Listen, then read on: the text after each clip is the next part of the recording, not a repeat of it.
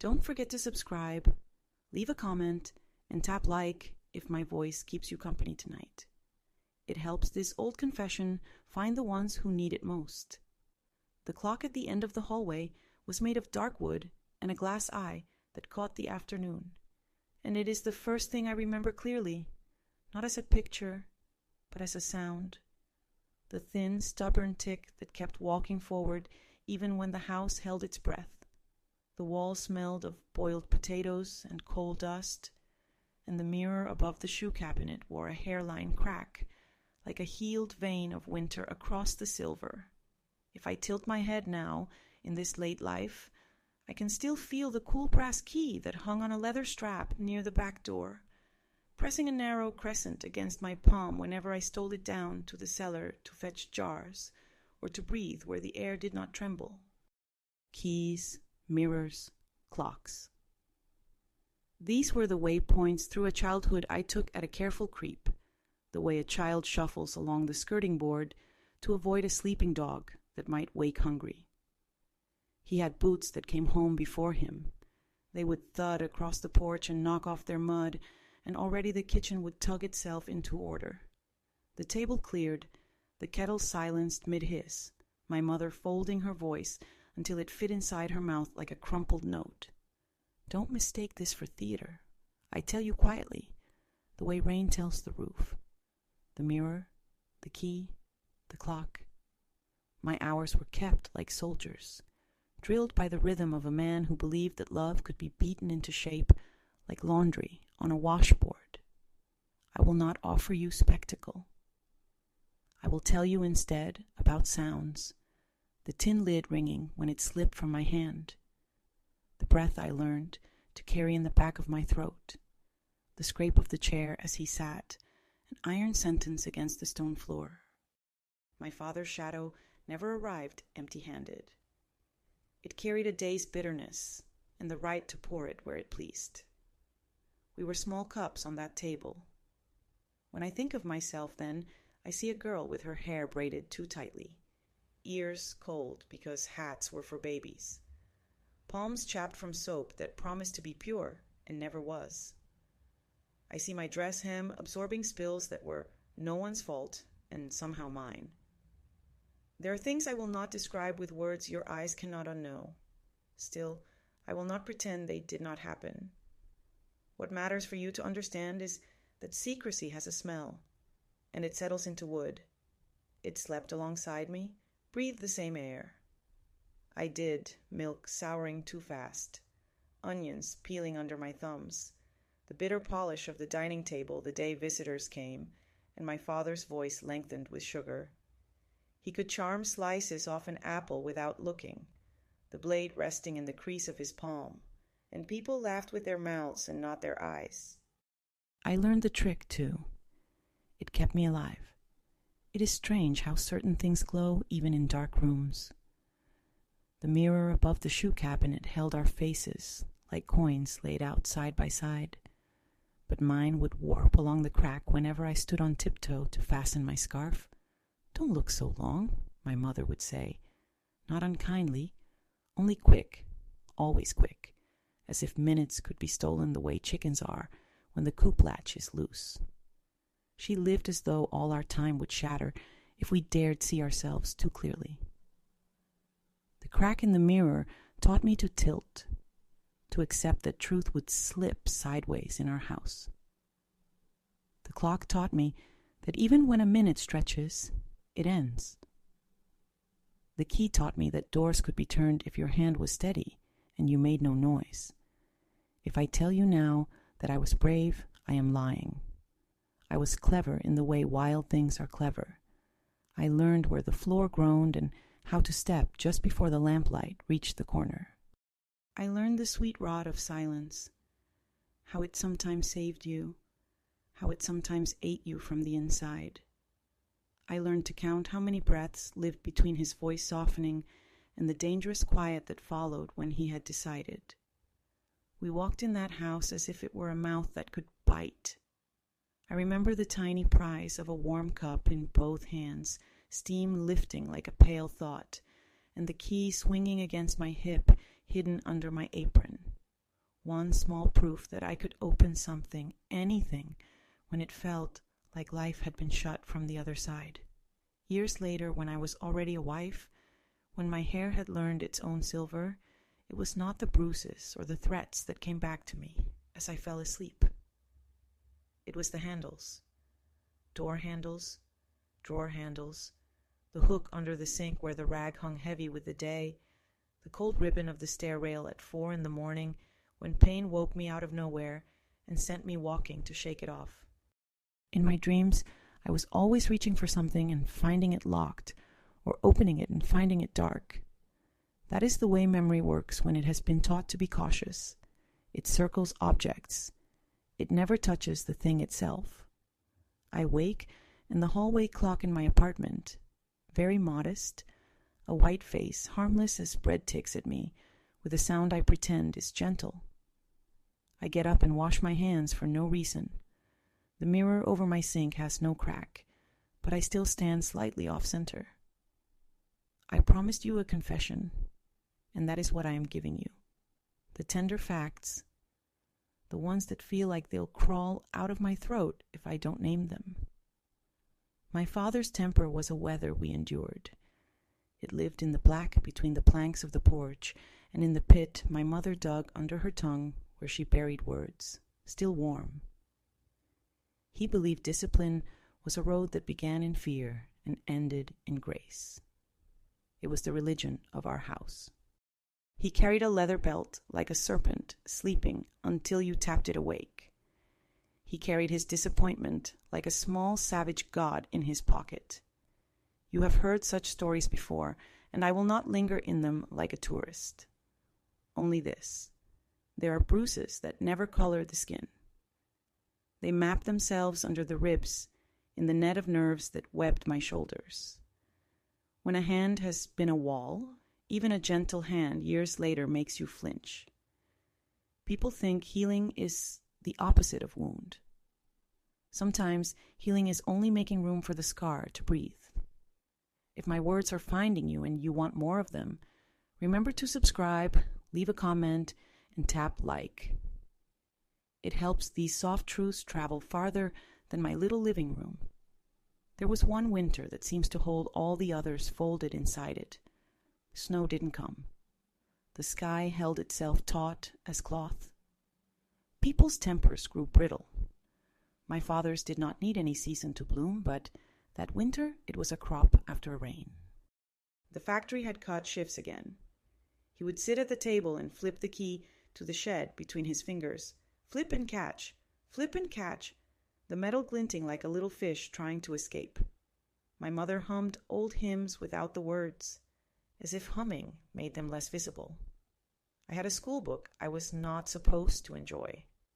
An atlas reader with black and white photographs of cities so far away that even their fog looked different than ours. I would put my thumbs where the book's spine had cracked and imagine sounds. The call of a distant tram. Girls laughing without listening for footfalls on stairs. That was the first year I started to speak to myself without moving my lips. Building sentences in my head the way you weave a basket. One evening, I came back from the cellar with a jar of pickled beets when the stair gave a cry. I thought it was the wood. It was me.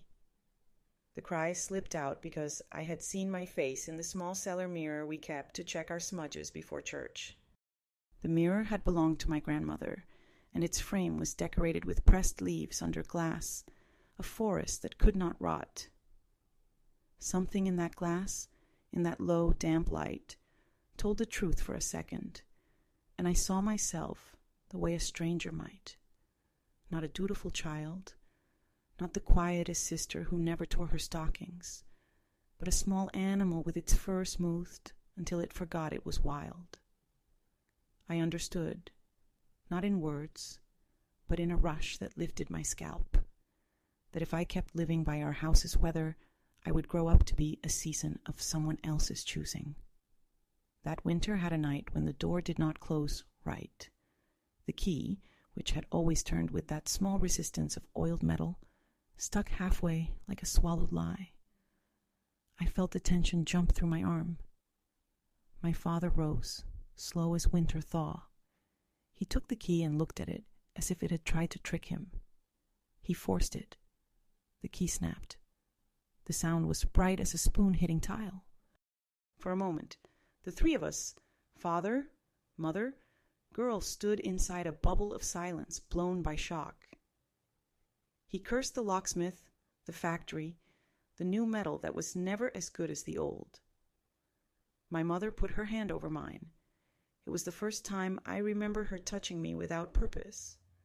A rush of heat went up my spine as if my bones had been thirsty. My father flung the broken half to the floor. It slid under the shoe cabinet and kissed the skirting board with a tiny ring. The mirror, with its cracked smile, watched it go. That night, I did not sleep. The house felt open in the wrong way, as if a promise had been broken at the lock and the dark itself were coming up the stair. I lay with my eyes open and counted the clock, waiting for the moment between ticks that feels like falling. Somewhere after midnight, the wind found its courage and began to talk in the eaves. I crept up. The shoe cabinet was heavier than a sin. But I was small and motivated and taught by life to use angles. I levered the cabinet just enough to slide my fingers underneath. Dust made my nose bite at me. My fingertips learned the language of the floor, the old lentil, the peel of paint fallen from the baseboard. When metal finally met skin, it shocked me with its cold. The broken key felt like a tooth. In my hand, it pressed the same little crescent it always had, except now it bit me back. I tucked it inside my apron. My father would get a new key in the morning and forget the half that had gone missing. You see, sometimes survival is nothing more honorable than petty theft. I kept the broken key for years. I hid it in a tiny pocket I sewed into the hem of my winter coat, and when that coat grew too small, I unpicked the pocket with my thumbnail and made another in the new hem. The key was not useful, only stubborn. It fitted nothing. It opened nothing. It had already failed at its one task. But when I ran my finger along its jaw, I felt the truth of its shape. Not everything that breaks stops working. Some things change job. This key's job was to remind me that the door had once opened, and that if it did not open now, that was a choice, not fate. Perhaps that sounds like a large philosophy to hang on a sliver of metal, but remember, I was a child collecting proofs that the world could be more than a corridor with one locked room at the end. There were days when he was kind, and that made it worse. He would bring home a book for me, a paper bag of candied almonds warm through its grease spot, a scrap of bright cloth with flowers as loud as market women. "For my good girl," he would say, the words heavy with their own weight. Kindness that arrives with conditions is a leash disguised as ribbon. From the window, in those rare soft hours, I could watch the lane drop its shoulders. A neighbor carried a bucket that had been mended with wire. The clouds were the color of soup. The clock ticked like a reasonable friend. Then a match would fail to light on the first strike, or the cat would slip outside and not return when called, and the air would tighten.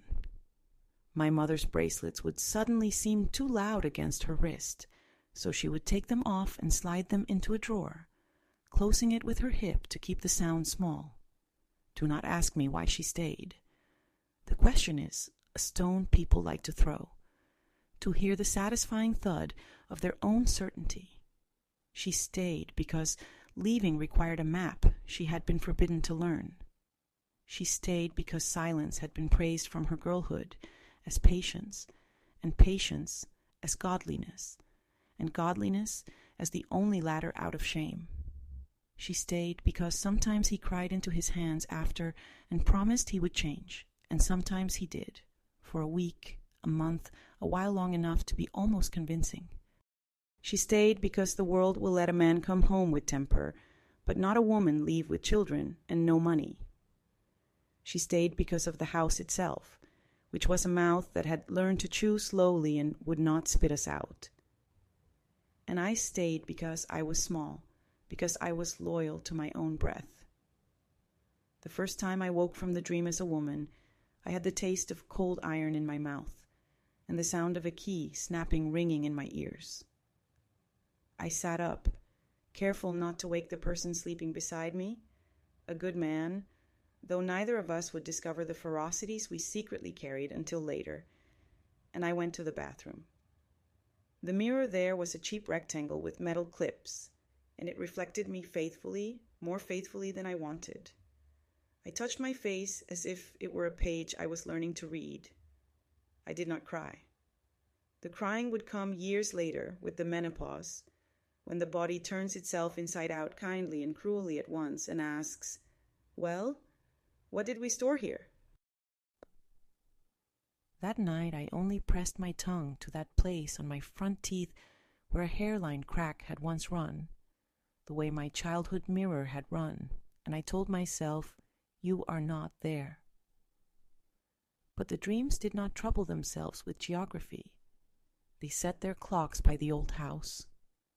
I would be walking down a corridor lined with mirrors that showed no faces, only the smudges of hands and the steam of someone's breath from an hour ago.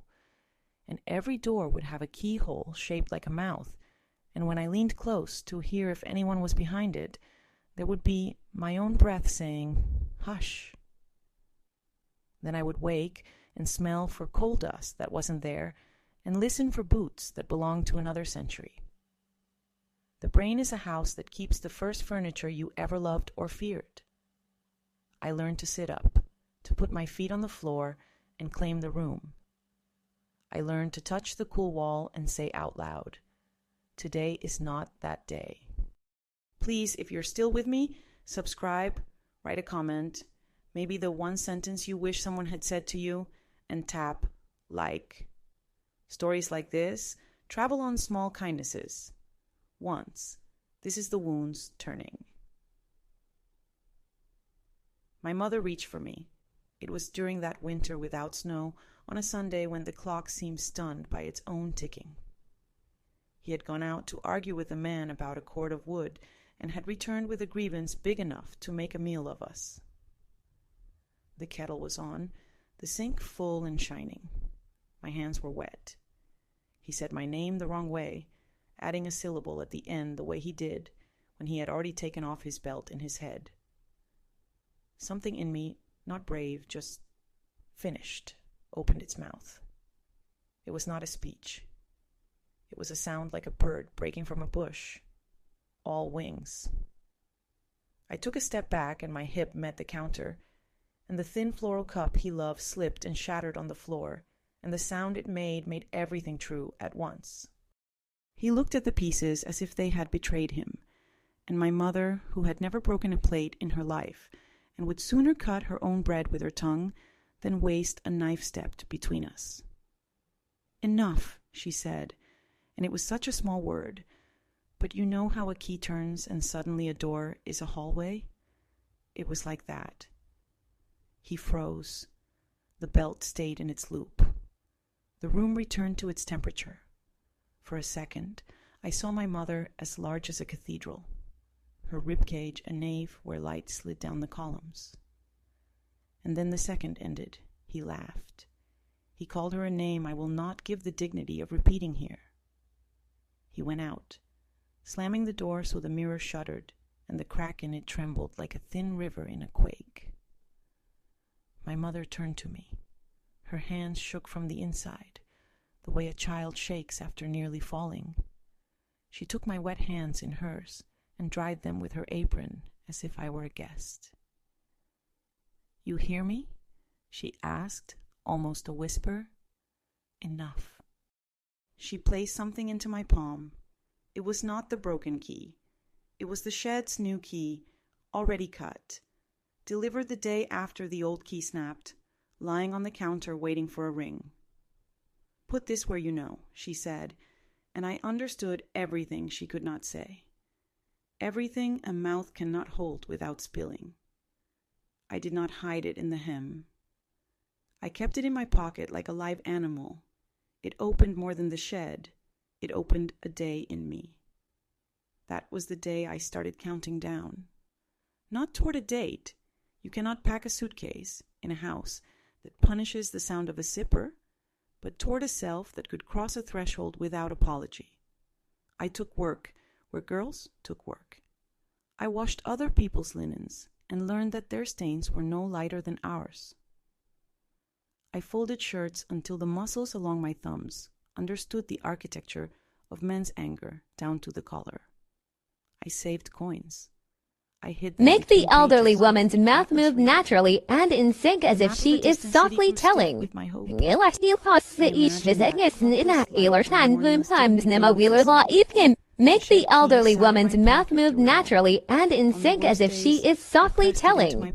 Ngela stil passe ish visegnessen ina ilar shan vum times nema wheeler law eat him. Make the elderly woman's mouth move naturally and in sync as if she is softly telling. Ngela stil passe ish visegnessen ina ilar shan vum times nema wheeler law eat him. Make the elderly woman's mouth move naturally and in sync as if she is softly telling. Ngela stil passe ish visegnessen ina ilar shan vum times nema wheeler law eat him. Make the elderly woman's mouth move naturally and in sync as if she is softly telling.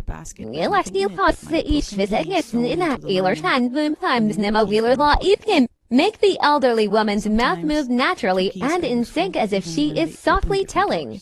Ngela stil passe ish visegnessen ina ilar shan vum times nema wheeler law eat him. Make the elderly woman's mouth move naturally and in sync as if she is softly telling. Ngela stil passe ish visegnessen ina ilar shan vum times nema wheeler law eat him. Make the elderly woman's mouth move naturally and in sync as if she is softly telling. Ngela stil passe ish visegnessen ina ilar shan vum times nema wheeler law eat him. Make the elderly woman's mouth move naturally and in sync as if she is softly telling. Ngela stil passe ish visegnessen ina ilar shan vum times nema wheeler law eat him. Make the elderly woman's mouth move naturally and in sync as if she is softly telling. Ngela stil passe ish visegnessen ina ilar shan vum times nema wheeler law eat him. Make the elderly woman's mouth move naturally and in sync as if she is softly telling. Ngela stil passe ish visegnessen ina ilar shan vum times nema wheeler law eat him. Make the elderly woman's mouth move naturally and in sync as if she is softly telling. Ngela stil passe ish visegnessen ina ilar shan vum times nema wheeler law eat him. Make the elderly woman's mouth move naturally and in sync as if she is softly telling. Ngela stil passe ish visegnessen ina ilar shan vum times nema wheeler law eat him. Make the elderly woman's mouth move naturally and in sync as if she is softly telling. Ngela stil passe ish visegnessen ina ilar shan vum times nema wheeler law eat him. Make the elderly woman's mouth move naturally and in sync as if she is softly telling. Ngela stil passe ish visegnessen ina ilar shan vum times nema wheeler law eat him. Make the elderly woman's mouth move naturally and in sync as if she is softly telling. Ngela stil passe ish visegnessen ina ilar shan vum times nema wheeler law eat him. Make the elderly woman's mouth move naturally and in sync as if she is softly telling.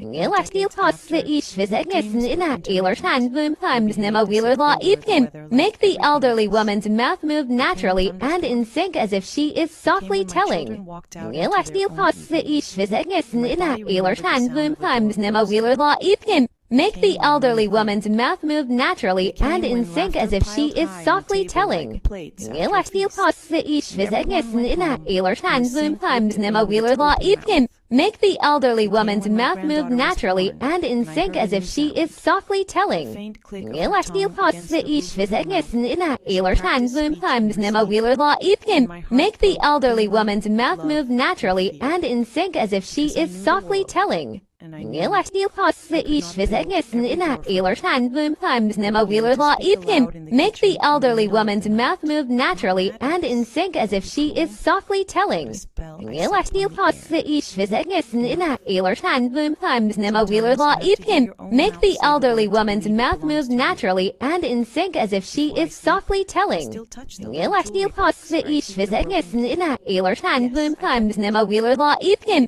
Make the elderly woman's mouth move naturally and in sync as if she is softly telling. Elastil passe ich Visagnessen in a Elersan Boom Times Nema Wheeler Law Epkim. Make the elderly woman's mouth move naturally and in sync as if she is softly telling. Elastil passe ich Visagnessen in a Elersan Boom Times Nema Wheeler Law Epkim. Make the elderly woman's mouth move naturally and in sync as if she is softly telling. Elastil passe ich Visagnessen in a Elersan Boom Times Nema Wheeler Law Epkim. Make the elderly woman's mouth move naturally and in sync as if she is softly telling. Elastil passe ich Visagnessen in a Elersan Boom Times Nema Wheeler Law Epkim. Make the elderly woman's mouth move naturally and in sync as if she is softly telling. Elastil passe ich Visagnessen in a Elersan Boom Times Nema Wheeler Law Epkim. Make the elderly woman's mouth move naturally and in sync as if she is softly telling. Elastil passe ich Visagnessen in a Elersan Boom Times Nema Wheeler Law Epkim. Make the elderly woman's mouth move naturally and in sync as if she is softly telling. Elastil passe ich Visagnessen in a Elersan Boom Times Nema Wheeler Law Epkim. Make the elderly woman's mouth move naturally and in sync as if she is softly telling. Elastil passe ich Visagnessen in a Elersan Boom Times Nema Wheeler Law Epkim. Make the elderly woman's mouth move naturally and in sync as if she is softly telling. Elastil passe ich Visagnessen in a Elersan Boom Times Nema Wheeler Law Epkim. Make the elderly woman's mouth move naturally and in sync as if she is softly telling. Elastil passe ich Visagnessen in a Elersan Boom Times Nema Wheeler Law Epkim. Make the elderly woman's mouth move naturally and in sync as if she is softly telling. Elastil passe ich Visagnessen in a Elersan Boom Times Nema Wheeler Law Epkim. Make the elderly woman's mouth move naturally and in sync as if she is softly telling. Elastil passe ich Visagnessen in a Elersan Boom Times Nema Wheeler Law Epkim. Make the elderly woman's mouth move naturally and in sync as if she is softly telling. Elastil passe ich Visagnessen in a Elersan Boom Times Nema Wheeler Law Epkim. Make the elderly woman's mouth move naturally and in sync as if she is softly telling. Elastil passe ich Visagnessen in a Elersan Boom Times Nema Wheeler Law Epkim. Make the elderly woman's mouth move naturally and in sync as if she is softly telling. Elastil passe ich Visagnessen in a Elersan Boom Times Nema Wheeler Law Epkim. Make the elderly woman's mouth move naturally and in sync as if she is softly telling. Elastil passe ich Visagnessen in a Elersan Boom Times Nema Wheeler Law Epkim. Make the elderly woman's mouth move naturally and in sync as if she is softly telling. Elastil passe ich Visagnessen in a Elersan Boom Times Nema Wheeler Law Epkim. Make the elderly woman's mouth move naturally and in sync as if she is softly telling. Elastil passe ich Visagnessen in a Elersan Boom Times Nema Wheeler Law Epkim. Make the elderly woman's mouth move naturally and in sync as if she is softly telling. Elastil passe ich Visagnessen in a Elersan Boom Times Nema Wheeler Law Epkim. Make the elderly woman's mouth move naturally and in sync as if she is softly telling. Elastil passe ich Visagnessen in a Elersan Boom Times Nema Wheeler Law Epkim. Make the elderly woman's mouth move naturally and in sync as if she is softly telling. Elastil passe ich Visagnessen in a Elersan Boom Times Nema Wheeler Law Epkim. Make the elderly woman's mouth move naturally and in sync as if she is softly telling. Elastil passe ich Visagnessen in a Elersan Boom Times Nema Wheeler Law Epkim. Make the elderly woman's mouth move naturally and in sync as if she is softly telling. Elastil passe ich Visagnessen in a Elersan Boom Times Nema Wheeler Law Epkim. Make the elderly woman's mouth move naturally and in sync as if she is softly telling. Elastil passe ich Visagnessen in a Elersan Boom Times Nema Wheeler Law Epkim. Make the elderly woman's mouth move naturally and in sync as if she is softly telling. Elastil passe ich Visagnessen in a Elersan Boom Times Nema Wheeler Law Epkim. Make the elderly woman's mouth move naturally and in sync as if she is softly telling. Elastil passe ich Visagnessen in a Elersan Boom Times Nema Wheeler Law Epkim. Make the elderly woman's mouth move naturally and in sync as if she is softly telling. Elastil passe ich Visagnessen in a Elersan Boom Times Nema Wheeler Law Epkim. Make the elderly woman's mouth move move naturally and in sync as if she is softly telling. Elastil costa ish visagnessen in a Eler Sandboom times Nema Wheeler Law Epim. Make the elderly woman's mouth move naturally and in sync as if she is softly telling. Elastil costa ish visagnessen in a Eler Sandboom times Nema Wheeler Law Epim. Make the elderly woman's mouth move naturally and in sync as if she is softly telling. Elastil costa ish visagnessen in a Eler Sandboom times Nema Wheeler Law Epim. Make the elderly woman's mouth move naturally and in sync as if she is softly telling. Elastil costa ish visagnessen in a Eler Sandboom times Nema Wheeler Law Epim. Make the elderly woman's mouth move naturally and in sync as if she is softly telling. Elastil costa ish visagnessen in a Eler Sandboom times Nema Wheeler Law Epim. Make the elderly woman's mouth move naturally and in sync as if she is softly telling. Elastil costa ish visagnessen in a Eler Sandboom times Nema Wheeler Law Epim. Make the elderly woman's mouth move naturally and in sync as if she is softly telling. Elastil costa ish visagnessen in a Eler Sandboom times Nema Wheeler Law Epim. Make the elderly woman's mouth move naturally and in sync as if she is softly telling. Elastil costa ish visagnessen in a Eler Sandboom times Nema Wheeler Law Epim. Make the elderly woman's mouth move naturally and in sync as if she is softly telling. Elastil costa ish visagnessen in a Eler Sandboom times Nema Wheeler Law Epim. Make the elderly woman's mouth move naturally and in sync as if she is softly telling. Elastil costa ish visagnessen in a Eler Sandboom times Nema Wheeler Law Epim. Make the elderly woman's mouth move naturally and in sync as if she is softly telling. Elastil costa ish visagnessen in a Eler Sandboom times Nema Wheeler Law Epim. Make the elderly woman's mouth move naturally and in sync as if she is softly telling. Elastil costa ish visagnessen in a Eler Sandboom times Nema Wheeler Law Epim. Make the elderly woman's mouth move naturally and in sync as if she is softly telling. Elastil costa ish visagnessen in a Eler Sandboom times Nema Wheeler Law Epim. Make the elderly woman's mouth move naturally and in sync as if she is softly telling. Elastil costa ish visagnessen in a Eler Sandboom times Nema Wheeler Law Epim. Make the elderly woman's mouth move naturally and in sync as if she is softly telling. Elastil costa ish visagnessen in a Eler Sandboom times Nema Wheeler Law Epim. Make the elderly woman's mouth move naturally and in sync as if she is softly telling. Elastil costa ish visagnessen in a Eler Sandboom times Nema Wheeler Law Epim. Make the elderly woman's mouth move naturally and in sync as if she is softly telling. Elastil costa ish visagnessen in a Eler Sandboom times Nema Wheeler Law Epim. Make the elderly woman's mouth move naturally and in sync as if she is softly telling. Elastil costa ish visagnessen in a Eler Sandboom times Nema Wheeler Law Epim. Make the elderly woman's mouth move naturally and in sync as if she is softly telling. Elastil costa ish visagnessen in a Eler Sandboom times Nema Wheeler Law Epim. Make the elderly woman's mouth move naturally and in sync as if she is softly telling. Elastil costa ish visagnessen in a Eler Sandboom times Nema Wheeler Law Epim. Make the elderly woman's mouth move naturally and in sync as if she is softly telling. Elastil costa ish visagnessen in a Eler Sandboom times Nema Wheeler Law Epim. Make the elderly woman's mouth move naturally and in sync as if she is softly telling.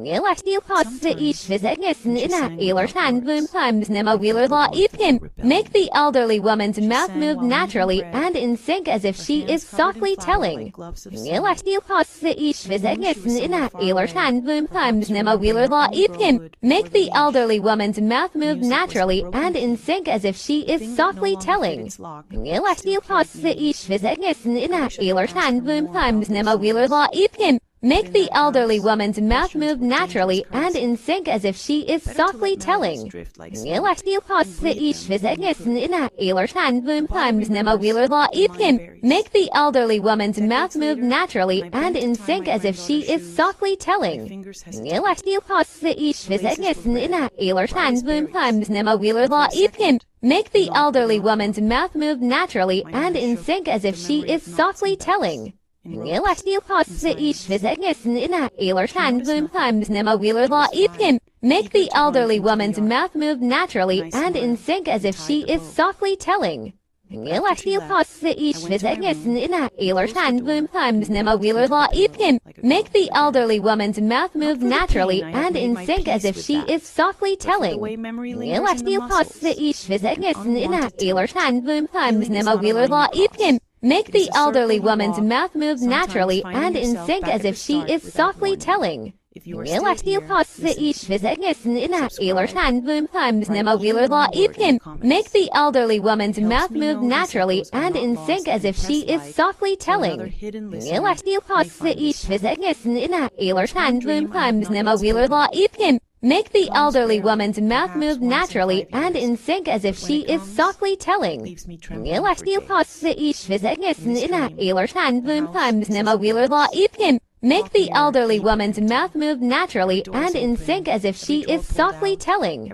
Elective costs the each visagnessin in a Ailer Shandlum times Nema Wheeler Law Ipkim. Make the elderly woman's mouth move naturally and in sync as if she is softly telling. Elective costs the each visagnessin in a Ailer Shandlum times Nema Wheeler Law Ipkim. Make the elderly woman's mouth move naturally and in sync as if she is softly telling. Elective costs the each visagnessin in a Ailer Shandlum times Nema Wheeler Law Ipkim. Make the elderly woman's mouth move naturally and in sync as if she is softly telling. Elective costs the each visagnessin in a Ailer Shandlum times Nema Wheeler Law Ipkim. Make the elderly woman's mouth move naturally and in sync as if she is softly telling. Elective costs the each visagnessin in a Ailer Shandlum times Nema Wheeler Law Ipkim. Make the elderly woman's mouth move naturally and in sync as if she is softly telling. Elective costs the each visagnessin in a Ailer Shandlum times Nema Wheeler Law Ipkim. Make the elderly woman's mouth move naturally and in sync as if she is softly telling. Elective costs the each visagnessin in a Ailer Shandlum times Nema Wheeler Law Ipkim. Make the elderly woman's mouth move naturally and in sync as if she is softly telling. Elective costs the each visagnessin in a Ailer Shandlum times Nema Wheeler Law Ipkim. Make the elderly woman's mouth move naturally and in sync as if she is softly telling. Elective costs the each visagnessin in a Ailer Shandlum times Nema Wheeler Law Ipkim. Make the elderly woman's mouth move naturally and in sync as if she is softly telling. Elective costs the each visagnessin in a Ailer Shandlum times Nema Wheeler Law Ipkim. Make the elderly woman's mouth move naturally and in sync as if she is softly telling. Elective costs the each visagnessin in a Ailer Shandlum times Nema Wheeler Law Ipkim. Make the elderly woman's mouth move naturally and in sync as if she is softly telling. Elective costs the each visagnessin in a Ailer Shandlum times Nema Wheeler Law Ipkim. Make the elderly woman's mouth move naturally and in sync as if she is softly telling.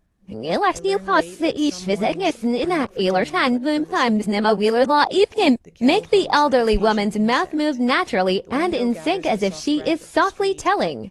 Elective costs the each visagnessin in a Ailer Shandlum times Nema Wheeler Law Ipkim. Make the elderly woman's mouth move naturally and in sync as if she is softly telling. Elective costs the each visagnessin in a Ailer Shandlum times Nema Wheeler Law Ipkim. Make the elderly woman's mouth move naturally and in sync as if she is softly telling. Elective costs the each visagnessin in a Ailer Shandlum times Nema Wheeler Law Ipkim. Make the elderly woman's mouth move naturally and in sync as if she is softly telling. Elective costs the each visagnessin in a Ailer Shandlum times Nema Wheeler Law Ipkim. Make the elderly woman's mouth move naturally and in sync as if she is softly telling. Elective costs the each visagnessin in a Ailer Shandlum times Nema Wheeler Law Ipkim. Make the elderly woman's mouth move naturally and in sync as if she is softly telling. Elective costs the each visagnessin in a Ailer Shandlum times Nema Wheeler Law Ipkim. Make the elderly woman's mouth move naturally and in sync as if she is softly telling. Elective costs the each visagnessin in a Ailer Shandlum times Nema Wheeler Law Ipkim. Make the elderly woman's mouth move naturally and in sync as if she is softly telling. Nghĩa still costs the each visit in a Ealer time times Nema Wheeler law Ipkin. Make the elderly woman's mouth move naturally and in sync as if she is softly telling. Nghĩa still costs the each visit in a Ealer time times Nema Wheeler law Ipkin. Make the elderly woman's mouth move naturally and in sync as if she is softly telling. Nghĩa still costs the each visit in a Ealer time times Nema Wheeler law Ipkin. Make the elderly woman's mouth move naturally and in sync as if she is softly telling. Nghĩa still costs the each visit in a Ealer time times Nema Wheeler law Ipkin. Make the elderly woman's mouth move naturally and in sync as if she is softly telling. Nghĩa still costs the each visit in a Ealer time times Nema Wheeler law Ipkin. Make the elderly woman's mouth move naturally and in sync as if she is softly telling. Nghĩa still costs the each visit in a Ealer time times Nema Wheeler law Ipkin. Make the elderly woman's mouth move naturally and in sync as if she is softly telling. Nghĩa still costs the each visit in a Ealer time times Nema Wheeler law Ipkin. Make the elderly woman's mouth move naturally and in sync as if she is softly telling. Nghĩa still costs the each visit in a Ealer time times Nema Wheeler law Ipkin. Has weight beyond mass. On my table, I pried open the pack and found a paper scrap tucked behind the mechanism. Someone's shopping list in a careful hand. Soap, nails, 6 eggs, thread. I did not know the author, and yet I did. Every woman of my mother's generation wrote like that, even when their hands trembled. I set the clock on the hallway table opposite my mirror, and that evening, when the light thinned to tea, I wound it with a caution that made me laugh at myself. It began to tick, and then, as if shy, stopped. Greedy, I told it, and tried again. On the third winding, it decided to trust me, and its tick settled into a certainty that made the apartment feel less like a place I rented, and more like a room where time had chosen to sit down. That sound opened a door in me I had not noticed was closed. The dreams returned, not the violent ones, but the strange corridor dreams, where handles promise more than they deliver. Toward the end of that week, a letter arrived, in a hand that looked familiar and didn't. The envelope had my name with my maiden initial tucked in it, like a pressed flower.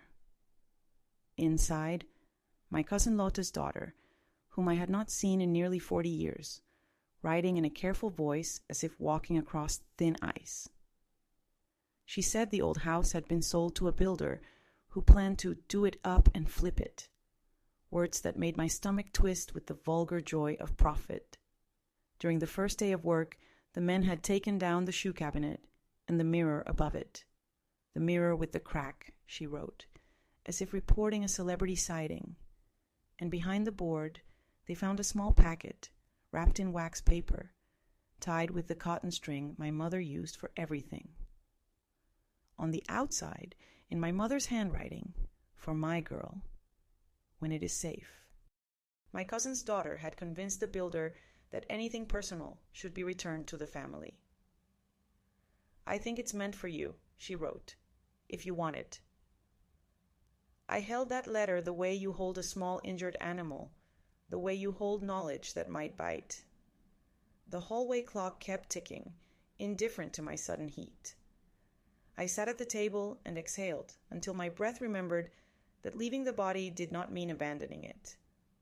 I wrote back with a steadiness that surprised me and said yes, please. May I come? On the day I returned to that street, the lane felt narrower than my memory allowed, as if the years had swollen the hedges. The house had lost its porch. The builder's men had propped ladders against the front like accusations, and the door stood open to the dust. The air tasted of plaster chalk and old recipe books. The floorboards moaned, the offended sound old wood makes when asked to tell news stories. A slim woman in boots and a bun met me with the efficiency of those who oversee chaos for a living. "You must be her," she said, not unkindly. She took me into the front room, which had been the room for guests on Sundays and for fear on weeknights, and from a drawer slid the waxed packet onto the windowsill so the light could examine it with me. Even before my fingers touched the paper, my eyes knew the string. My mother's knots were a language. She tied things so they could be untied by the right hands and not by others. I lifted the packet to my nose and smelled starch and old apples, the ghosts of our pantry, and something metallic at the core. When I undid the string, the paper unfurled with the sigh of a skirt. Inside lay 3 things: a photograph, an envelope, and a key unlike the others I had known. The photograph had the blue-gray pallor of time and showed my mother standing by the back step in a dress I did not remember, her hair up, her eyes on someone to the left of the camera. On the back, she had written in her careful, school-taught hand, "One day." I placed the photo against the window so the light held her. The envelope had my name, and, beneath it, a line that read, "After he is gone." In it, a letter written over several days, the ink had dried in different shades, telling me not what I expected, but what I feared and needed. She did not excuse him. She did not ask me to forgive. She told, in a plain voice that would have sounded like bread if I could have heard it aloud, the story of her own childhood, how her father had made his temper the governor of the household, how she had married mine because he seemed quieter and was, for a while, because quiet men are loud in other rooms. She told me that the day she pressed the new shed key into my palm, she had already moved small money into the hems of my clothes, coins she had earned from mending other people's linens, so that when the day came, it would not be luck that saved me, but a plan. The third object lay in my palm like a strange bird, a key not for a door, but for a small box, fatter at the shoulders, short in the barrel. On the tag, for the green trunk. I remember the trunk, of course, at the top of the house where the ceiling sloped and the air tasted of mouse. He kept his papers there, a sullen lid that only he opened. The builder in the boots watched my face gently, then led me upstairs through a house that leaned out of itself as the walls came open, plaster ribs showing the lath beneath. The trunk crouched where it always had, indecently domestic in the ruin. The key turned, not easily, not theatrically, but with the stiff sigh of an old hinge, and the lid lifted. Inside, not the dominion I expected, but a modest archive. Letters from the factory, receipts, a pair of baby shoes, the ones I had worn and asked after and been told were lost, and, wrapped in a handkerchief embroidered with hyssop, a single sheet with my mother's hand again. This is the only way I knew to steal from him without making him smaller. Take what you need. Leave what you don't. Beneath the handkerchief lay a stack of bills, yellowed and no longer valid in any bank. I laughed, a small shocked sound, and then wept because even useless money can carry the weight of intention.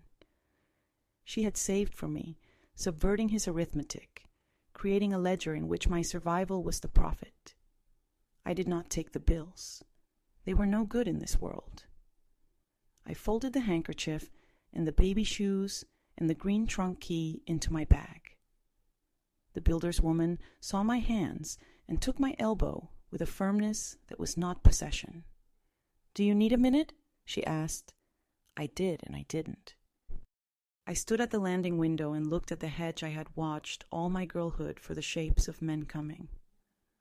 The street was harmless, ordinary as packets of flour. Somewhere a child called to another, the syllables bouncing like small rubber balls. A neighbor's radio murmured a newsreader's calm voice. The light fell through the dusty glass in soft bars that reminded me of the word I had learned to love. Enough. On my way down, I passed the place on the stair that once had cried under my foot when I carried the beets up, and after so many years, I put my weight there deliberately. The stair made its sound, a familiar animal recognizing an old hand. "You're still here," I told it. and then, because I could, I walked without listening. If these passages keep you company, please subscribe, leave even a brief comment, and press like. It helps my small testimony reach another kitchen where someone stands too far to the side of their own reflection. I went home with the weight of objects in my bag and the greater weight of what they meant. That night, I did not open the tin where my broken key lay. I set my mother's letter on the table and read it again, slower, the way you chew bread when your belly is shy. She wrote of hyssop because her grandmother had taught her that it was for purification, that you could lay it under a pillow to make dreams kinder, that you could boil it into a tea and forgive yourself for what you had to do to live. She wrote, "If there are days when you cannot be brave, be exact. Say what is happening out loud to yourself.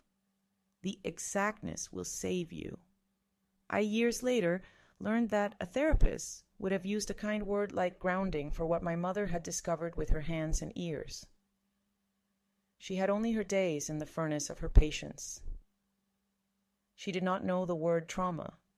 She knew only the shape of silence and the cost of letting it own a house.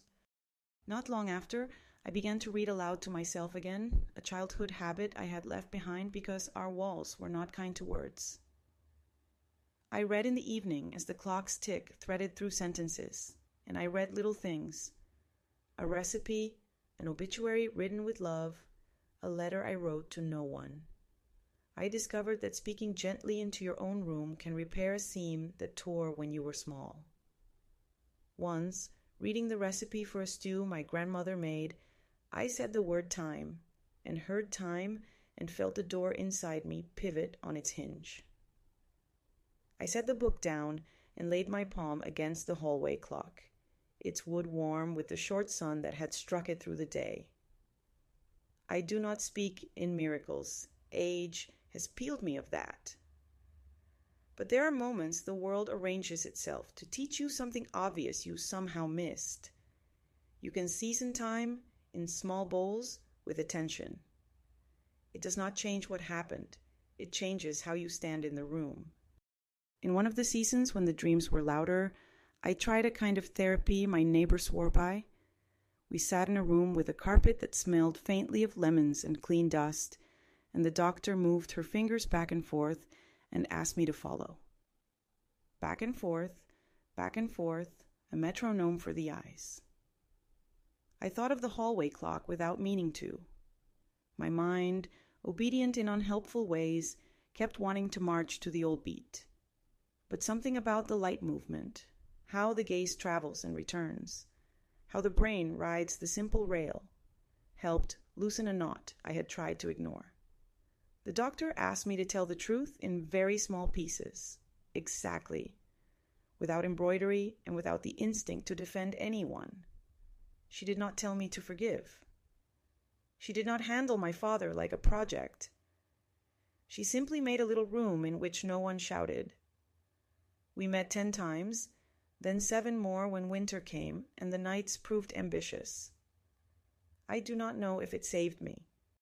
Perhaps I was already saved by the slow accumulation of mornings. But I left those visits with the modest relief you feel after washing your hair clean of smoke. On the day my first great-grandchild was born, the hospital corridor was too bright for the hour. Machines blinked with blue eyes, and the clock above the nurse's station had a second hand that leapt in the little lizards instead of gliding. In the window's reflection, I saw myself holding myself very straight, as if bracing against wind that no longer blew. When the nurse put the baby in my arms, the weight was the weight all babies have. A monarch's crown disguised as a seed, and the smell under her cap was the clean, milky salt that says, "We are beginning."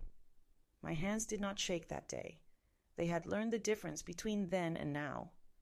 I pressed my mouth to her forehead and whispered the only benediction I believe in: enough. The room, which had been jangling with excited family music, took a breath alongside me. I saw my son look at me with something like alarm and then soften. recognizing perhaps that old people sometimes speak to rooms as if they are teaching them manners. Later, in the quiet after the congratulations had been folded and the tea and paper cups had cooled, I sat by the window and watched the city move. So many windows, so many private clocks. I felt like a small hinge that had turned 1,000 times and not yet worn out. There are small practices I keep, the way some people keep birds. I hang a tiny mirror by the door's frame, no crack, no history, so that even on days when I hurry and forget myself, I catch a sliver of face and can nod to it like an old friend. In my pocket, beside the lint and the folded list for the grocer, I carry the green trunk key. It has no lock in my life now, but its shape reminds me that secrets can be made visible with the right turn. On my bedside, next to the dish of rings, is the tin with kittens and the broken key, which I open only when the room feels tilted. The three together, the intact key, the useless key, the mirror form, a kind of grammar. Subject, verb, object.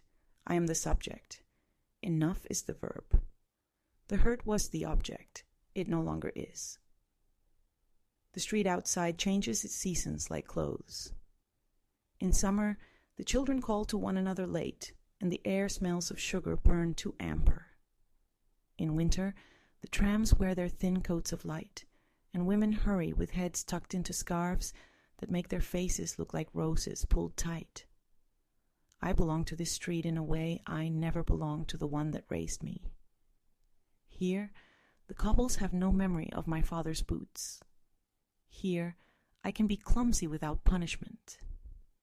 I have dropped cups on this floor and apologized only to the floor. I have let the pot boil over and laughed at the hiss instead of flinching. These are not triumphs anyone puts on a medal, but I feel them like a braid of gold under my shirt. A young neighbor, kind and earnest, once asked me she had bruised eyes from a week of bad sleep whether I hated him. She meant my father, of course. By then, she had heard enough of my story to take him into her language. The word hate sat in my mouth like a stone. No, I told her after a time. I organized my life away from him. Then, because she looked disappointed, as if I had denied her a satisfying conclusion, I added, hate would keep him in the house. I have other guests. She sat very still, and I realized I had given her an answer meant for a woman twice her age. But in the following weeks, I saw her door open often to friends, to laughter that tried and failed to be quiet. She brought home a small clock from the same market man and hung it where the light fell through the afternoon, and sometimes, through the wall, I heard it trying to teach her patience. If you're still here, breathing with me across this page or screen, please subscribe, leave a thought, just a sentence, and press like. These tiny signals are lanterns. They show other travelers there is a path. I do not pretend that the past cannot touch me. Sometimes in the fruit stall, the glint of a belt buckle can pull me through 5 decades in the time it takes a fly to land. Sometimes a father says his child's name in the street with too much bite in the vowel, and I have to stop and rest my palm on a cool piece of stone to remind my body which city we are in. When the dreams come now, they are more often instruction than threat. In one, I stand again in the cupboard small room from the rare dream. The house has shrunk me to test my manners. A key hangs from a nail, neither broken nor new, and I reach for it. My fingers make contact. It is not cold the way metal is meant to be. It is the temperature of skin.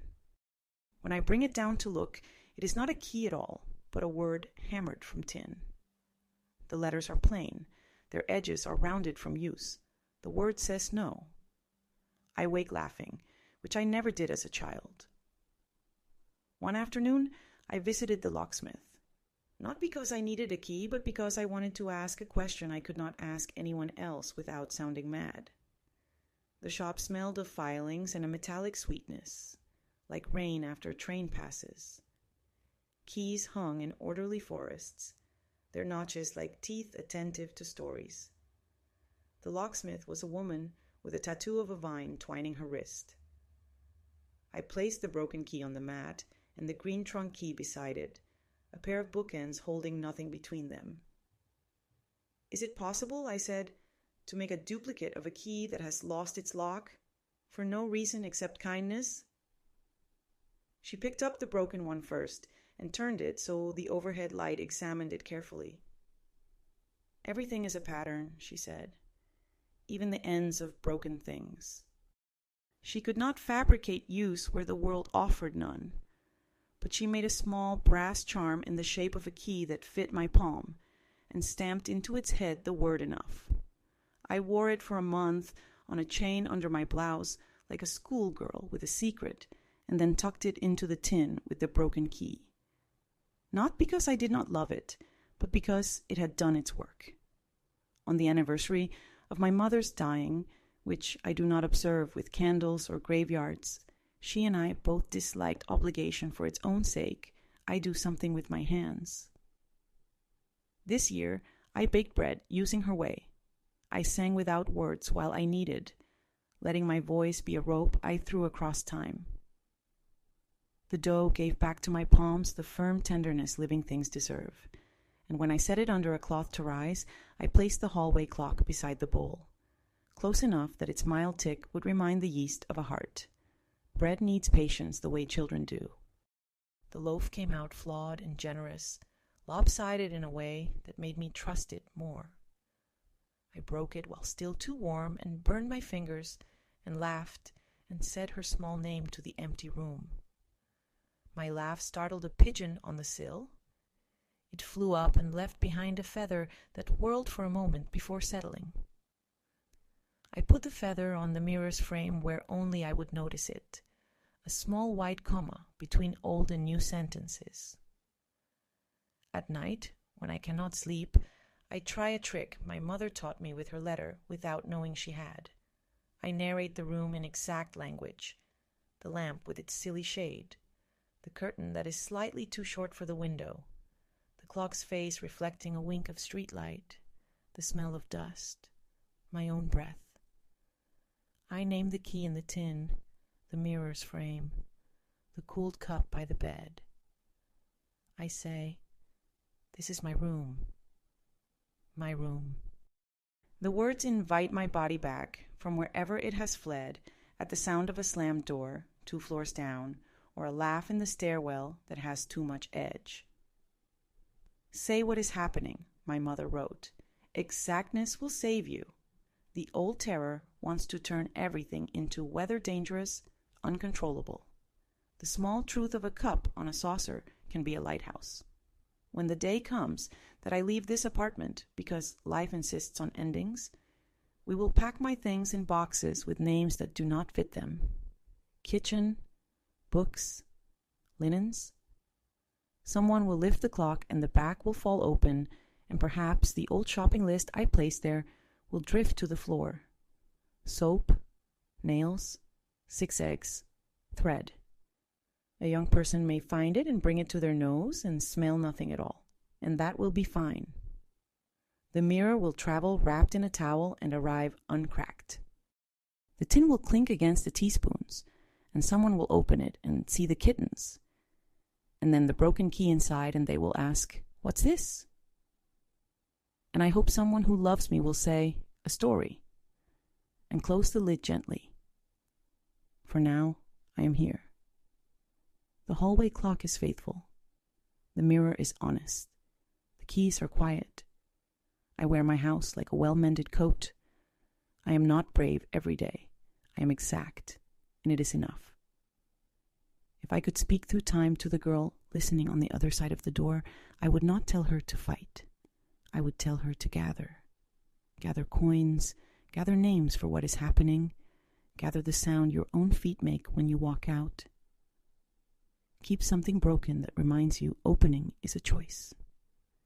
Hide something under a loose plank that is only yours. Learn to tie a bow and then untie it with one hand. Stand in the center of your reflection just once a day, even if you must pretend you are inspecting dust. One day, someday, you will walk down a street where no one knows your Father's voice, and you will hear a clock you have chosen, and it will call you back to yourself as if you were a child who wandered too long in the tall grass. If these words made a room in you, even a small one, subscribe, leave a line for the next listener, and press like. I will keep going because that is how I stay. Don't forget, before I close this old mouth for tonight, subscribe, leave a word in the comments, and press like. It is a way of leaving lanterns along the road for others who walk after us. The clock in my hallway ticks more slowly these days. Perhaps it is my ears. Perhaps the spring is tired. Perhaps both. I no longer wind it as often as I once did. I let it pause for days. Then, with one small turn of the key, I bring it back, as if to remind myself that time too can rest. The mirror across from it has gathered years of light, and when I pass, I no longer flinch at the whole of myself. I stop. I meet my eyes. I nod. It is not pride. It is not vanity. It is simply recognition. You are still here. The tin with the kittens waits on the shelf, faithful as a dog. The broken key inside has darkened with age. It fits nothing. It promises nothing. Yet when I touch it, I remember that survival can be ugly and still holy. The green trunk key lies in my bedside drawer, wrapped in the same hyssop handkerchief. And beside it, folded so many times the paper is soft as cloth, rests my mother's letter. I read it only on rare nights, not because I fear it, but because I know every word by heart. Her handwriting, her voice, her quiet rebellion, they are stitched into my ribs like a lining. Sometimes I think of my father, not with forgiveness, not with hate, with distance. His shadow no longer stretches across my floor. If he comes in dreams, he sits small, his hands empty, and I rise, take my coat, and leave him there. He cannot follow. The door does not open for him. That is enough. And my mother, I carry her in every cup I wash, in every loaf I knead, in every whisper of enough I give to the air when the night grows restless. I see her in my granddaughter's laugh, in the stubborn tilt of her chin, in the way she runs barefoot down the corridor of her own life without checking over her shoulder. The cycle broke. That is what matters. The keys I was given, I did not pass on. I handed out different ones. Keys to rooms of music, to gardens, to laughter that does not shrink. The seasons turn, and I turn with them. Some evenings I sit at the window with tea that grows cold before I drink it, and I listen to the city's heartbeat. Children's voices rise and fall like birds. Doors open and close with no menace in their sound. Clocks strike the hour and no one trembles. Mirrors hold whole faces. That is all I ever wanted. So here I am, an old woman, a grandmother, a survivor, a teller of long confessions. My life is not a neat story with triumphs shining at the end. It is a patchwork dark cloth, bright cloth, threads that fray, seams that hold. But when I spread it over my knees in the quiet, I see a pattern. I see that I made something, however crooked, that can keep another warm. I will end not with a cry, not with a sermon, but with a whisper I give myself as I close the mirror's eye and let the clock run or rest as it wishes. It was enough. You were enough. You are enough. And if you are still here with me, let this be the last key I hand to you. Subscribe, leave your own word, just one will do, and press like. Not for me alone, but so the next wandering soul may find this door open. Now I will rest. The clock is steady, the mirror is calm, the key sleeps, and I, at last, can sleep too.